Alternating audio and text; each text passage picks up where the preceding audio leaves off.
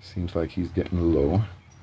All right, I'm curious to keep that 6. We could probably use that 6. All right, let's use a 6. We're gonna throw out this jack. Hopefully he doesn't need that. All right, so we have an ace, 2. Oh, he took the jack. If we could remember what that was. I can't remember what kind of jack it was.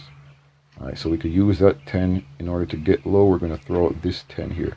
We're not gonna worry about that 10.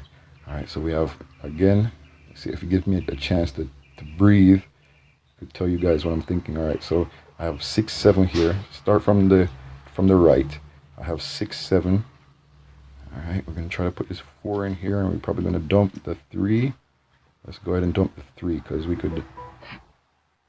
probably could have got a 2, but then that's risky. That's right in the middle there. Oh, this guy's making me so nervous here today. All right, so let's go ahead and pull a card. 5. No, we can't use that. Oh, sometimes you get very good hands that are just ready to go, guys. And I think he has one of those hands here.